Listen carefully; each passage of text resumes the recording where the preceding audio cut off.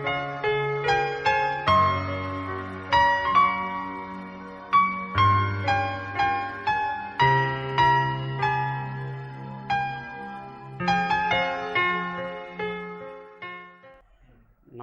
Friends, आज का जो हमारा टॉपिक होगा वह पाइनस में सीड की संरचना को लेकर रहेगा। पाइनस में आज हम सीड की संरचना, सीड का जर्मिनेशन, पाइनस का इकोनॉमिक इम्पोर्टेंस और पाइनस की जो लाइफ साइकिल थी उसका हम एक लाइनर डायग्राम आज बनाएंगे। पिछले वीडियो लेक्चर के दौरान हमने पाइनस में एम्ब्रियो डेवलपमेंट को स्टडी किया था, जहाँ पर हमने जाइगोट से एम्ब्रियो बनाया था और जाइगोट से जब एम्ब्रियो बनता है उसी दौरान जो बीजांड होता है वह बीज के रूप में परिवर्तित हो जाता है।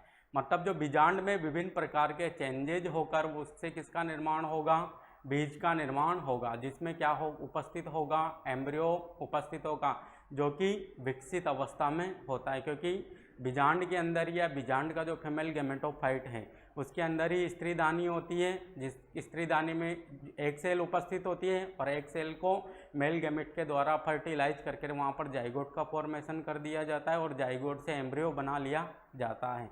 इस कारण बीजांड के अंदर ही क्या होगा, एम्ब्रियो होगा या बीज के अंदर ही एम्ब्रियो होगा। तो आज हम पाइनस के बीज की संरचना को स्टडी करेंगे और बीज का जर्मिनेशन या सीड जर्मिनेशन भी कराएंगे। तो पाइनस में जो बीज होता है वह कैसा होता है, फंक युक्त होता है, फंक युक्त या विंग लाइक। और पाइनस के परागकण भी कैसे थे, फंक युक्त थे, क्योंकि पाइनस में जो फंक युक्त बीज पाए जाते हैं यह क्यों पाए जाते हैं, क्योंकि आप सभी जानते होंगे जब मैंने पाइनस में जो बीजांड था या पाइनस में जब गुरु बीजाणु पढ़ने की जो संरचना पढ़ाई थी तो वहाँ पर पढ़ाई था कि जो बीजांडदार सल्क होता है उसके आधारीय भाग में क्या लगे हुए होते हैं, बीज लगे हुए होते हैं। तो उन बीजों के साथ जो बीजांडदार सल्क है वह भी यहाँ पर जुड़ा हुआ रहता है, जिसके कारण जो बीज होते हैं वह कैसे होते हैं, विंग लाइक या पंख युक्त होते हैं। जैसे यहाँ पर यह क्या है, ओवलीफेरस स्केल या बीजांडदार सल्क है। तो बीजांडदार सल्क भी थोड़ा बहुत मात्रा में यहाँ पर बीजों के साथ ही जुड़ा हुआ रहता है तथा बीजों के पंखों का निर्माण कर देता है। इसी कारण जो पाइनस में जो बीज पाए जाते हैं वह कैसे होते हैं, विंग लाइक संरचना युक्त होते हैं। तो अगर इस बीज की संरचना को देखें तो बीज की संरचना में हमें डिफरेंट पोर्शन यहाँ पर दिखाई देते हैं। जो फर्स्ट वाला पोर्शन है वह तो कौन है, क्या है, फर्स्ट तो क्या है, फंक या विंग।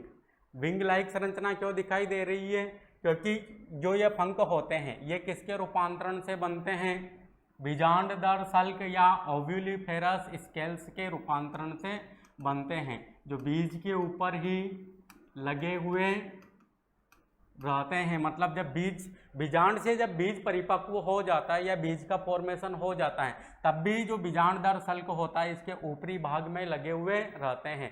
मतलब जो बीज का जो फंक होता है वह किसका रूपांतरण माना जाता है, बीजांडदार सल्क का रूपांतरण माना जाता है। इसके बाद हम बात करेंगे, पहला तो हो गया फंक या विंग।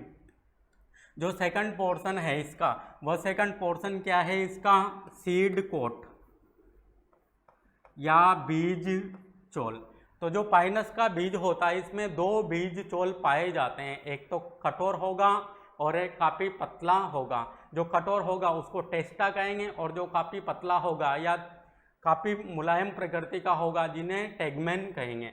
और हमें पता है जो सीड कोट किसके रूपांतरण से बनता है, तो बीजांड के अध्यावरण के रूपांतरण से किसका निर्माण होता है, सीड कोट का निर्माण होता है। और जब हमने बीजांड की संरचनाओं को देखा था तो बीजांड की संरचना में एक अध्यावरण था जिसमें 3 परतें थी, बाह्य परत, मांसल, उसके अंदर की परत या जो मध्य परत होती है वो कैसी होती थी, स्टोनी, और इसके अंदर की परत फिर कैसी होती थी, मांसल होती थी। तो जब इसका अध्यावरण सीड कोट के रूप में चेंज होता है, बीजांड का जब अध्यावरण सीड कोट के रूप में चेंज होता है तो इसकी जो मांसल परत है वह तो यहाँ से नष्ट हो जाती है या अपहासित हो जाती है। केवल जो स्टोनी लेयर या जो मध्य परत बचती है वही किसके रूप में रूपांतरित होगी, यहाँ पर टेस्टा के रूप में रूपांतरित होगी, जो कि बीज चोल की कठोर परत का निर्माण करेगी। और जो इसकी जो आंतरिक जो मांसल परत होती है वह केवल यहाँ पर एक पतली भित्ति के रूप में ही शेष रह जाती है, तथा बीज चोल की जो मुलायम परत है या टेस्टा के अंदर की जो परत है उसे क्या कहेंगे, टैगमेन कहेंगे। तो टैगमेन का निर्माण किसके द्वारा होगा, अध्यावरण की जो आंतरिक मांसल परत है उसके द्वारा टैगमेन का निर्माण होगा। तो यहाँ पर हमने सेकंड भी देख लिया, सीड कोड। सीड कोड किसके रूपांतरण से बनेगा, बीजांड के अध्यावरण के रूपांतरण से बनेगा। और बीजांड का जो अध्यावरण होता है वो 3 भागों में विभाजित था, एक ही अध्यावरण था, एक तो मांसल, स्टोनी और वापस से मांसल। तो मांसल परत तो अपासित हो जाती है और स्टोनी परत रूपांतरित होकर टेस्टा का निर्माण करेगी। और जो मांसल परत है सबसे आंतरिक, वह यहाँ पर काफ़ी पतली भित्ति युक्त कोशिकाओं, पतली भित्ति के रूप में शेष रह जाते हैं, जिसे टैगमेन कहा जाता है। इसके बाद जो इसका थर्ड वाला जो पोर्शन है, एक तो देख लिया हमने इसका ओवलीफेरस, इसके लिए इसकी फंक लाइक संरचना। इसके बाद इसके सीड कोट को भी हमने यहाँ पर देख लिया है। इसके बाद हम देखेंगे यहाँ पर न्यूसेलस या जो पेरिस्पर्म या इसे बीजांड काय भी कहा जाता है। तो बीज के चारों ओर जो इसका जो बीज होता है, बीज के अंदर क्या होगा, भ्रूणपोष होगा और भ्रूण होगा। तो भ्रूणपोष के चारों ओर या बीज का जो परिधीय भाग है, यहाँ पर एक भूरे रंग की पतली परत पाई जाती है। यहाँ पर आसपास भूरे रंग की पतली परत पाई जाती है, जो कि किसका रूपांतरण होती है, बीजांड काय का, मतलब जो शेष बचा हुआ भाग है उसकी यहाँ पर एक पतली परत पाई जाएगी। मतलब जो बीजांड काय है वह काफ़ी कम मात्रा में पाया जाता है, जबकि जो बीजांड होता है उसमें प्रारंभिक अवस्था में क्या होता है, सारा ही वह किससे भरा हुआ होता है, बीजांड काय की कोशिकाओं से भरा हुआ रहता है। परंतु बीजांड काय के अंदर विभिन्न संरचनाओं का निर्माण हो जाता है, जिसके कारण जो बीजांड काय है ये यहाँ पर एक पतली भित्ति युक्त या भूरे रंग की परत के रूप में शेष रह जाता है, जिसे क्या कहेंगे हम, पेरिस्पर्म या परिभ्रूणपोष या बीजांड काय की पतली परत। इसके बाद हम बात करते हैं एंडोस्पर्म की या भ्रूणपोष की। तो जो इसका बीज होता है, इसका जो अधिकांश भाग जो भरा हुआ होता है वह किससे भरा हुआ रहता है, भ्रूणपोष से भरा हुआ रहता है। और ये कैसा होता है, काफ़ी अगुणित प्रकृति का होता है, क्योंकि इसका निर्माण फर्टिलाइजेशन के पहले से ही हो चुका होता है। फिर एंडोस्पर्म के अंदर क्या पाया जाता है, एम्ब्रियो पाया जाता है, जो कि बीज का सबसे महत्वपूर्ण भाग होता है। और ये कैसा होता है, द्विगुणित होता है, क्योंकि इसका निर्माण फर्टिलाइजेशन की प्रोसेस के द्वारा अपने मेल व फीमेल गैमेट को करवा के किया है। और यहाँ पर जो यह भ्रूण होता है, इस भ्रूण में एक भ्रूणीय अक्ष पाई जाती है, जिसे हम हाइपोकोटिल भी बोल सकते हैं। हाइपोकोटिल का जो शीर्ष भाग होता है या बीजांड द्वार की ओर का जो भाग होता है उसे क्या कहते हैं हम, यहाँ पर रेडिकल कहा जाता है। और इसका जो सबसे निचला वाला पोर्शन होता है इसे यहाँ पर कहा जाता है प्ल्यूम्यूल या प्रांकुर। और इन रेडिकल और जो प्ल्यूम्यूल के बीच का जो पोर्शन होता है इसे क्या कहा जाता है, हाइपोकोटिल या भ्रूणीय अक्ष कहा जाता है। वैसे अगर यह देखें तो यह पूरा ही हाइपोकोटिल वाला पोर्शन है, जिसका शीर्ष भाग किसका निर्माण करता है, रेडिकल का निर्माण करता है। और रेडिकल किस ओर होगा, बीजांड के बीजांड द्वार या माइक्रोपाइल वाले क्षेत्र की ओर उपस्थित होगा। उसी प्रकार हाइपोकोटिल का जो सबसे निचला वाला जो पोर्शन होता है उसके शीर्ष भाग पर प्ल्यूम्यूल पाया जाता है या प्रांकुर पाया जाता है। और यह बीज पत्रों के बीच में धसा हुआ रहता है। और इस हाइपोकोटिल के निचले वाले भाग में यहाँ पर हमें 2 से ज़्यादा बीज पत्र दिखाई देंगे। और यह जो बीज पत्र होते हैं 2 से ज़्यादा होने के कारण 2 से ज़्यादा उपस्थित होते हैं। तो ये था इसका भ्रूण। तो हमने इसकी सभी संरचनाओं को यहाँ पर देख लिया है। बीज कैसे हैं, पंखयुक्त बीज हैं, क्योंकि बीज के निर्माण के पश्चात जो बीजांडधर शल्क का जो पोर्शन है ये इसी के साथ लगा हुआ रह जाता है, जिसके कारण जो बीज होते हैं वह फंकनुमा हो जाते हैं, या इनके जो फंक होते हैं वह बीजांडधर शल्क का रूपांतरण माना जाता है। जैसे ये तो पूरा कंप्लीट बीजांडधर शल्क है। और हमने देखा था कि बीजांडधर शल्क पर क्या लगे हुए होते हैं, दो बीजांड लगे हुए होते हैं, तो दो बीज का यहाँ पर फॉर्मेशन होगा। परंतु जो ये बीजांड दर सल्क है, ये कुछ मात्रा में इतना सा पोर्शन इनके ऊपर ये छोड़ जाता है, मतलब इनकी कोई पतली सी जो परत होती है वह बीजों के साथ हमेशा ही संलग्न रहती है, जो बीजों के परिकीर्णन में हेल्प करने का कार्य करती है। जैसे ये एक सिंगल बीज है, इनके ऊपर ये पंखनुमा अतिवृद्धि लगी हुई है, जो किसका रूपांतरण है, बीजांड दर सल्क का रूपांतरण है। इसके बाद सीड कोट को देखा, जो कि दो भागों में विभाजित था, एक तो टेस्टा और टेगमेन। टेस्टा काफी कठोर परत थी और टेगमेन पतली सी परत थी। इसके बाद हमने देखा न्यूसेलस या पेरिस्पर्म। तो पेरिस्पर्म क्या होता है या परिभ्रूण कोश क्या होता है? तो बीजांड गाय की जो एक पतली सी परत होती है वह इस भ्रूण कोश के चारों ओर पाई जाती है, काफ़ी पतली होती है, क्योंकि जब बीज परिपक्व हो चुका होता है या भ्रूण का विकास पूरी तरह से संपन्न हो चुका होता है, तब भी बीजांड काय की कुछ मात्रा इसमें शेष रह जाती है, जिसे क्या कहते हैं हम, परिभ्रूण कोश कहा जाता है या पेरिस्पर्म कहा जाता है। इसके बाद हमने इसके भ्रूण कोश की बात की, जो कि कैसा होता है, अगुणित होता है और भ्रूण को पोषण देने का कार्य करता है और बीज के अधिकांश भाग में यही भरा हुआ रहता है। इसके बाद हमने इसके भ्रूण की बात की। भ्रूण में क्या होता है, एक भ्रूणीय अक्ष पाए जाते हैं, जिसके शीर्ष सिरे पर रेडिकल और आधारी सिरे पर प्ल्यूम्यूल्स पाया जाता है। इन दोनों के बीच में क्या पाया जाता है, हाइपोकोटिल पाया जाता है।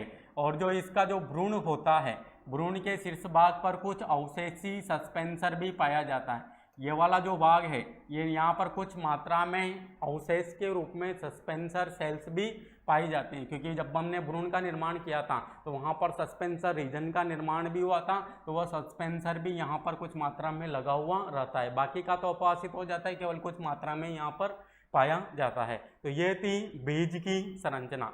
अब हमारा जो अगला पॉइंट होगा वह बीज के अंकुरण को लेकर होगा। तो अब जो जैसे ही हमने ये बीज बनाया है, तो ये बीज जैसे ही जमीन पर गिरेगा परिकीर्णित होकर, तो वहाँ पर तुरंत ही उग आता है, मतलब पाइनस के बीजों में रेस्टिंग स्टेज नहीं पाई जाती है। जैसे ही ये परिपक्व होंगे, परिकीर्णित होंगे, भूमि पर गिरेंगे और वैसे ही ये जर्मिनेट हो जाएंगे। परंतु अगर कुछ समय तक इन्हें जर्मिनेट न होने दिया जाए तो इनमें रेस्टिंग स्टेज आ सकती है, फिर इन्हें वापस से अंकुरित करने के लिए कुछ ना कुछ फिजिकल प्रोसेस करनी पड़ती हैं। तो हम सीड के जर्मिनेशन को यहाँ पर देखते हैं।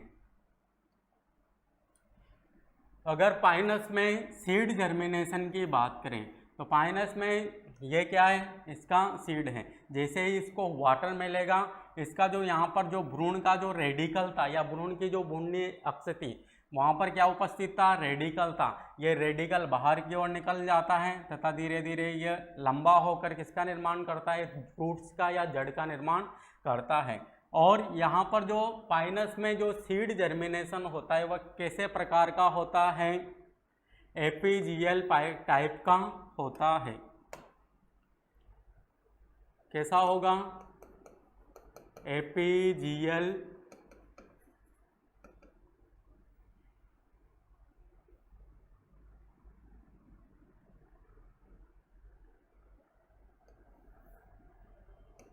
एपीजियल प्रकार का होता है। एपीजियल का मतलब क्या होता है, ऊपरी भूमिक। और ऊपरी भूमिक का मतलब क्या होता है, जब इसका जो सीड जर्मिनेट होगा तो उस दौरान जो इसके जो बीज पत्र है वो भूमि की सरफेस के ऊपर आ जाते हैं। जबकि साइकस में क्या देखा था हमने, hypogeal type of seed germination देखा था। वहाँ पर सीड के जर्मिनेशन होने के पश्चात जो बीज पत्र होते हैं वो भूमि के अंदर ही दबे हुए रह जाते हैं, ऑफ सीड जर्मिनेशन। इसका मतलब क्या था, जो बीज पत्र होते हैं वह भूमि के अंदर ही दबे रह जाते हैं जब सीड जर्मिनेशन होता है। तो पाइनस में तो हाइपोजियल टाइप का मिलेगा, जबकि जो साइकस जो पाइनस होता है उसमें कैसा मिलेगा आपको, एपीजियल प्रकार का मिलेगा, जबकि साइकस में हाइपोजियल टाइप का मिलेगा। अब इसमें जैसे जैसे सीड का जर्मिनेशन होगा, यहाँ पर जो रेडिकल वाला पोर्शन था उसकी कोशिकाओं में विभाजन संपन्न होता है, जिसके कारण रेडिकल्स के द्वारा किसका निर्माण होता है, धीरे धीरे रूट्स का निर्माण होता है। और यह जो बीज पत्र होते हैं, मतलब यहाँ पर जो पोर्शन था रेडिकल के, जो जैसे ये हाइपोकोटिल है, इसके शीर्ष भाग पर क्या था, रेडिकल था, और इसके जो आधारीय भाग था उस पर क्या था, प्रांकुर था भ्रूण के अंदर। और ये रेडिकल कहाँ था, माइक्रोपाइल वाले पोर्शन की ओर, मतलब यहाँ पर रेडिकल था, ये पूरा ही पोर्शन क्या था, हाइपोकोटिल था, और यहाँ पर क्या था, प्रांकुर उपस्थित था। तो धीरे धीरे जब जैसे ही हाइपोकोटिल में वृद्धि होगी, ये रेडिकल नीचे की ओर बाहर की ओर निकल कर किसका निर्माण करेगा, मूसला मूल का निर्माण करेगा, और हाइपोकोटिल धीरे धीरे वृद्धि करता जाएगा। और इसी दौरान जो प्रांकुर होता है वह भी किसका निर्माण करता है, प्रोह का निर्माण करता है। और धीरे धीरे जब वो प्रोह का निर्माण करता है तो जो ये सीड कोट्स होते हैं, ये एक वाला पोर्शन क्या है इसका, सीड कोट या बीज चोल है, जिसको ये धीरे धीरे फाड़ देता है। जैसे यहाँ पर जैसे जैसे इसकी पहले तो रूट्स की लंबाई में वृद्धि होगी और यह मूसला मूल का निर्माण करते हुए जाएगा। फिर इसके अंदर जो बीज पत्र होते हैं वह बीज पत्र बाहर की ओर निकलना शुरू हो जाते हैं, क्योंकि बीज पत्रों इसका जो बीज पत्रों के बीच में जो प्रांकुर छुपा हुआ है वह किसका निर्माण करेगा, पहले तो सल्कपंड का निर्माण करेगा, जिसके कक्ष में क्या निकलेगी, सीमित वृद्धि वाली शाखा निकलेगी, और सीमित वृद्धि वाली शाखा के ऊपर किसका निर्माण होगा, प्रकाश संश्लेषी पन्न का निर्माण होगा। और इसी दौरान क्या होता है, जो ये सीड्स कोट्स होता है इसको ये फाड़ते हुए भूमि के बाहर निकल आता है, और बीज पत्र भी यहाँ पर बाहर निकल आते हैं। इस प्रकार का सीड जर्मिनेशन हमें पाइनस में देखने को मिलता है। कैसे टाइप का मिलेगा पाइनस में, एपीजियल टाइप का मिलेगा। और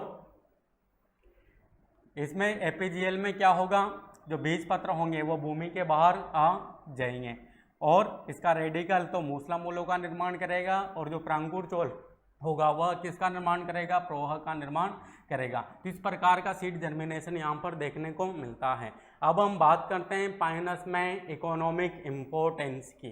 तो पाइनस में जो इकोनॉमिक इम्पोर्टेंस होता है वह विभिन्न प्लांट्स में देखने को मिलेगा। जैसे अगर इकोनॉमिक इम्पोर्टेंस का मतलब क्या होता है, पाइनस में जो भी संरचनाएं होती है वह दैनिक जीवन में क्या इम्पोर्टेंस रखती है, वही क्या होता है, पाइनस का इकोनॉमिक इम्पोर्टेंस होता है, या पाइनस का क्या क्या आर्थिक महत्व है।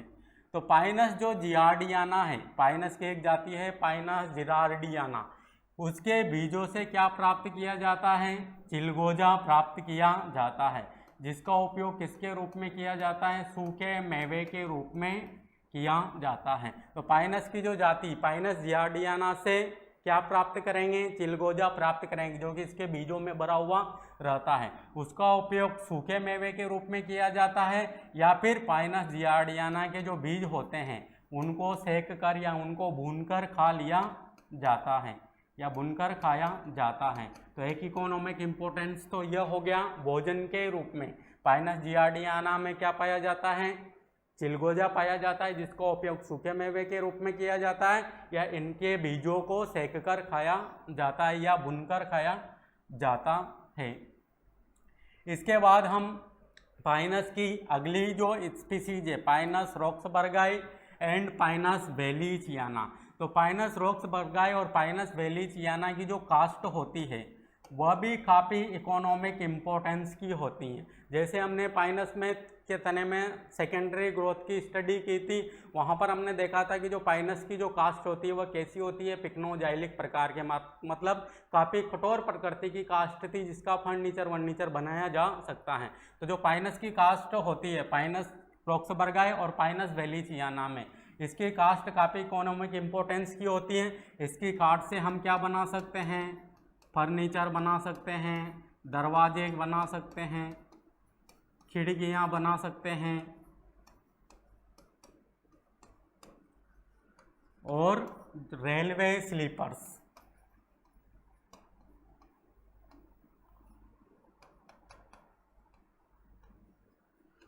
इत्यादि का हम निर्माण कर सकते हैं।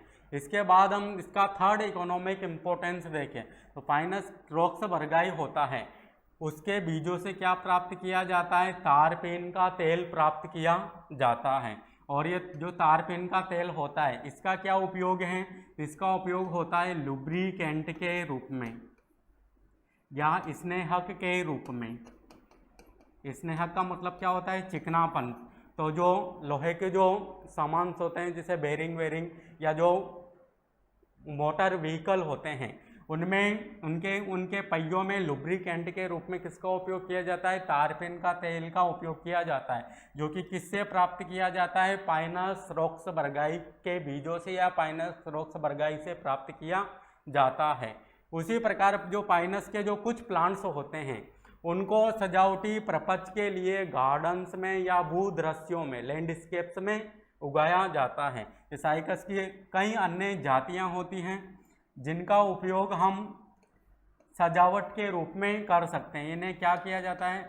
जो गार्डन्स होते हैं या भूदृश्यों या लैंडस्केप की हम बात करें,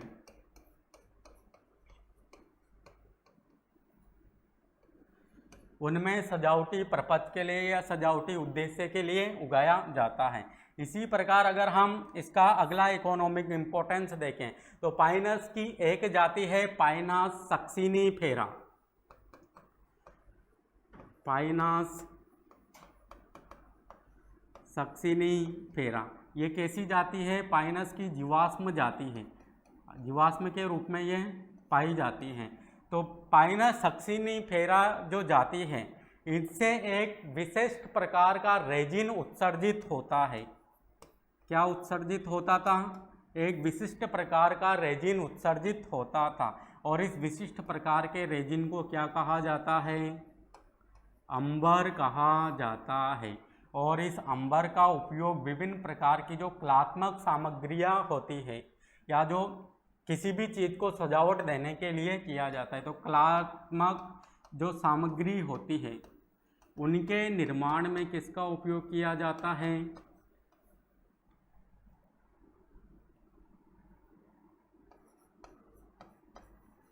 अंबर का उपयोग किया जाता है।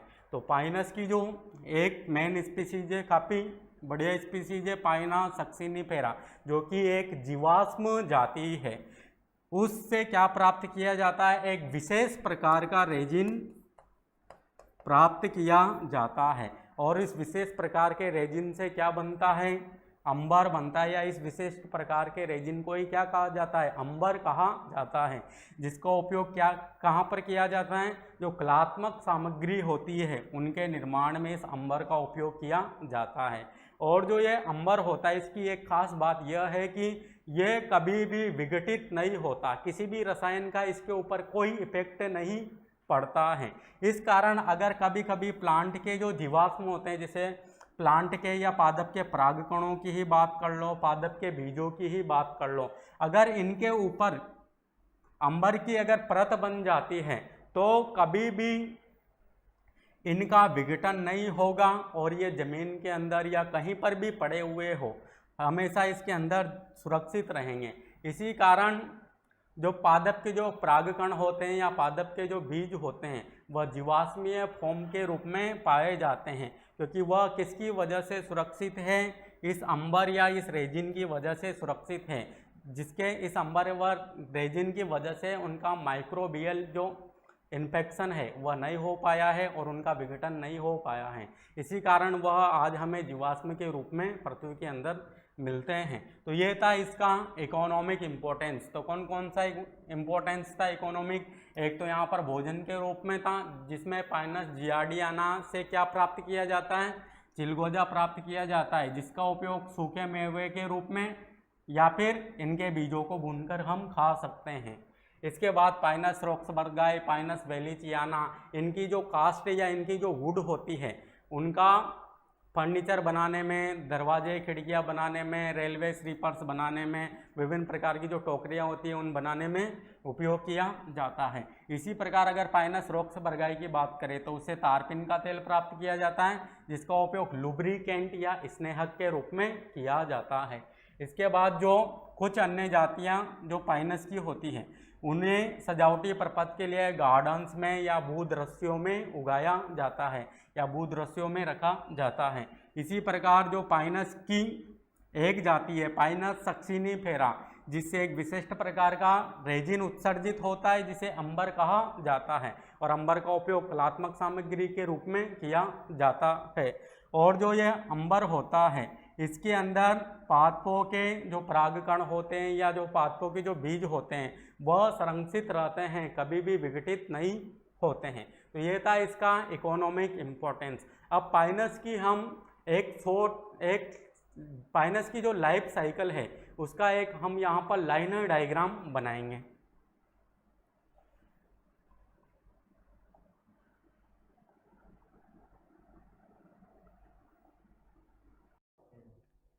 अब हम पाइनस की जो लाइफ साइकिल है इसके लाइनर डायग्राम को समझेंगे। हमने पाइनस में जो रिप्रोडक्शन पढ़ा है उसको हम शॉर्ट व्यू में कैसे दर्शा सकते हैं, तो उसका ये लाइनर डायग्राम है। तो जो पाइनस का जो पादप काय होता है वह कैसा होता है, हमने पढ़ा था मोनोसियस प्रकृति का होता है, मतलब उभयलिंगाशयी होता है। उभयलिंगाशयी का मतलब क्या होता है, पाइनस के एक ही पादप की अलग अलग शाखाओं के ऊपर मेल कोन का और फीमेल कोन का निर्माण होगा। तो ये पाइनस का पादप कैसा है, द्विगुणित प्रकृति का है। और पाइनस के पादप में दो तरह की ब्रांचेज थी, एक तो मेल ब्रांच जिसके ऊपर किसका निर्माण होगा, मेल कोन का या नर शंकु का निर्माण होगा। उसी प्रकार जो दूसरे प्रकार की ब्रांच थी उसे फीमेल ब्रांच या स्त्री शाखा कहा था, और इसके ऊपर क्या बनेगा, फीमेल कोन बनेगा। और मेल कोन और फीमेल कोन के बनने के पश्चात क्या होगा, जो मेल कोन है इसका निर्माण किसके द्वारा किया जाता है, माइक्रोस्पोरोफिल या लघु बीजाणु पर्ण के सर्पिलाकार क्रम में एक केंद्रीय अक्ष के चारों ओर व्यवस्थित होकर किसका निर्माण करती है, मेल कोन का निर्माण करती है। और जो यहाँ पर जो माइक्रोस्पोरोफिल है इनमें क्या पाई जाती है, माइक्रोस्पोरेंजिया या लघु बीजाणुदानी पाई जाती है। और लघु बीजाणुदानी के अंदर क्या होगी, लघु बीजाणु मात्र कोशिका उपस्थित होगी। उसी प्रकार यहाँ पर जो ये फीमेल कोन है इसका निर्माण किसके द्वारा होता है, गुरु बीजाणु पर्ण के द्वारा होता है। और गुरु बीजाणु जो पर्ण है वह फीमेल कोन की जो एक्सिस थी या इसकी जो केंद्रीय अक्ष थी उसके चारों ओर सर्पिलाकार क्रम में व्यवस्थित होकर किसका निर्माण करेंगे, फीमेल कोन का निर्माण करेंगे। और जो गुरु बीजाणु पर्ण थी इसका जो मेन पोर्शन था वह क्या था, ओविलिफेरस स्केल या बीजांडदार सल्क, क्योंकि इसी के ऊपर क्या लगे हुए थे, बीजांड लगे हुए थे। और इस बीजांडदार सल्क या गुरु बीजाणु पर्ण में क्या होगी, गुरु बीजाणुदानी होगी। और जिम्नोस्पर्म में गुरु बीजाणुदानी को क्या कहा जाता है, बीजांड कहा जाता है, क्योंकि गुरु बीजाणुदानी केवल एक मेगास्पोर युक्त होती है और अध्यावरण युक्त होती है। इसी कारण इसे क्या किसकी संज्ञा दी गई है, बीजांड की संज्ञा दी गई है। बीजांड के अंदर क्या होगा, मेगास्पोर मदर सेल होगी और यहाँ पर क्या होगा, माइक्रोस्पोर मदर सेल है। मतलब जो लघु बीजाणुदानी है और जो गुरु बीजाणुदानी है उनके अंदर क्या होगा, एक तो होगी लघु बीजाणुदानी के अंदर तो लघु बीजाणु मात्र कोशिका, गुरु बीजाणुदानी या बीजांड के अंदर गुरु बीजाणु मात्र कोशिका। अब इन दोनों ही कोशिकाओं में जो दोनों बीजाणुदानियों के अंदर है इनमें क्या होगा, मियोसिस डिवीजन होगा, जिसके कारण मेगास्पोर मदर सेल से या गुरु बीजाणु मात्र कोशिका से तो क्या बनेगा, मेगास्पोर बनेगा। उसी प्रकार माइक्रोस्पोर मदर सेल में जब मियोसिस होगा या अर्धसूत्री विभाजन होगा तो यहाँ पर क्या बनेगा, माइक्रोस्पोर बनेगा। और मेगास्पोर और माइक्रोस्पोर आगे जाकर किसका डेवलपमेंट करेंगे, गैमेटोफाइट जनरेशन का डेवलपमेंट करेंगे। मेगास्पोर तो क्या बनाएगा, फीमेल गैमेटोफाइट बनेगा। उसी प्रकार जो माइक्रोस्पोर होता है वह क्या बनाएगा, मेल गैमेटोफाइट बनाएगा। और मेल गैमेटोफाइट के अंदर क्या होगी, या मेल गैमेटोफाइट में क्या होगी, एक पोलन ट्यूब होगी जिसमें क्या होंगे, दो मेल गैमेट्स का निर्माण होगा। क्योंकि मेल गैमेटोफाइट कैसी संरचना थी, हमने 4-5 कोशिकीय संरचना पढ़ी थी, जो कि जिसका जो आंशिक विकास होता है वह तो बीजाणुदानी के अंदर ही हो जाता है और थोड़ा बहुत जो बाकी का विकास होता है वह बीजांड के पोलन चैम्बर में होता है। तो यहाँ पर क्या बन चुके हैं, मेल गैमेट बन चुके हैं। उसी प्रकार फीमेल गैमेटोफाइट के अंदर क्या होती है, स्त्रीदानी होती है और स्त्रीदानी के अंदर क्या होगी, एक सेल उपस्थित होगी। जब मेल गैमेट और एक सेल को हम फ्यूजन कराएंगे यहाँ पर तो क्या बन जाएगा, जाइगोट का फॉर्मेशन हो जाएगा। और जाइगोट जब विकसित होगा या जाइगोट के द्वारा किसका डेवलपमेंट होगा, एम्ब्रियो का डेवलपमेंट होगा। और वह एम्ब्रियो किसके अंदर उपस्थित होगा, सीड के अंदर उपस्थित होगा। और जब सीड पादप से प्रकीर्णित होगा और जर्मिनेट होकर क्या बना देगा, वह पाइनस के न्यू प्लांट बॉडी का निर्माण कर देगा। तो हमें यहाँ से एक पॉइंट तो यह मिल रहा है कि जो पाइनस होता है इसमें सुस्पष्ट पीढ़ी एकांतरण पाया जाता है, या पाइनस की जो लाइफ साइकिल होती है वह पीढ़ी एकांतरण के रूप में होती है। मतलब इसमें क्या मिलेगा, हमें सुस्पष्ट पीढ़ी एकांतरण मिलेगा, क्योंकि इसमें जो गैमेटोफाइट जनरेशन है और जो स्पोरोफाइट जनरेशन है वह पृथक पृथक उपस्थित होते हैं या एकांतर क्रम में उपस्थित होती हैं। जिसे पाइनस का पादप द्विगुणित है और इसकी मेल फीमेल ब्रांच भी द्विगुणित होगी, मेल और फीमेल कौन भी द्विगुणित होगा। इनके जो बीजाणुपर्ण है वह भी द्विगुणित होगी, इनकी जो बीजाणुदानियाँ हैं वह भी द्विगुणित होगी, और इनके अंदर जो मेगास्पोर मदर सेल है, माइक्रोस्पोर मदर सेल है, वह भी कैसी होगी, द्विगुणित होगी। तो यहाँ से यहाँ तक का जो ये जीवन चक्र है वह कैसा है, द्विगुणित है। फिर जब इनमें मियोसिस होगा तो अगुणित संरचनाओं का निर्माण हो जाएगा। फिर यह मेगास्पोर, माइक्रोस्पोर, फीमेल गैमेटोफाइट और मेल गैमेटोफाइट जो कि अगुणित होंगे, फिर इनमें क्या बनेगी, स्त्रीदानी बनेगी जो भी अगुणित होगी, और यहाँ पर मेल गैमेट फीमेल गैमेट बनेंगे जो भी अगुणित होंगे, और वह फ्यूज होकर जाइगोट का निर्माण कर देंगे। तो यहाँ से यहाँ तक की जो पूरी ही जो अवस्था है ये कौन सी है, अगुणित अवस्था है। तो हम यहाँ से यह कह सकते हैं कि पाइनस में सुस्पष्ट पीढ़ी एकांतरण पाया जाता है, अर्थात इसमें जो यह गैमेटोफाइट जनरेशन है और जो ये स्पोरोफाइट जनरेशन है, क्योंकि पाइनस का पादप कैसा है, स्पोरोफाइटिक नेचर का है। तो गैमेटोफाइट जनरेशन, स्पोरोफाइट जनरेशन एकांतर क्रम में उपस्थित होती है। पहले स्पोरोफाइट, फिर गैमेटोफाइट, फिर स्पोरोफाइट, फिर गैमेटोफाइट। तो ये संरचनाएं या जो ये पीढ़ियां हैं यहाँ पर एकांतर क्रम में दिखाई देती, इसी कारण इसमें सुस्पष्ट पीढ़ी एकांतरण कहा जाता है। और पाइनस का जो ये लाइफ साइकिल है या जीवन चक्र है ये लगभग 2 से 3 साल में पूर्ण होता है। मतलब पाइनस में जो बीज बनेंगे वह 3 साल में बनेंगे। मतलब 1 साल तो इसमें फीमेल कॉन का निर्माण होगा, फीमेल कॉन के अंदर फिर बीजांड बनेगा, फिर बीजांड में निषेचन की प्रोसेस होगी जिससे पूरी जो बीज की संरचना बनती है। मतलब स्ट्रोबिलस या मेल कॉन से मेल कॉन या फीमेल कॉन के बनने से जो बीज तक की जो संरचनाएं बनती है वह 2 से 3 साल में कंप्लीट होती है। मतलब पाइनस की लाइफ साइकिल कितने साल की होती है, 2 से 3 साल की होती है। तो ये थी पाइनस की लाइफ साइकिल। तो आज हमने जो पाइनस जो प्लांट था हमारा, जो जिम्नोस्पर्म प्लांट, उसको हमने कंप्लीट कर लिया है। अब अगले लेक्चर के अंतर्गत हम एक अनादर जिम्नोस्पर्म एफेड्रा उसको हम स्टडी करेंगे।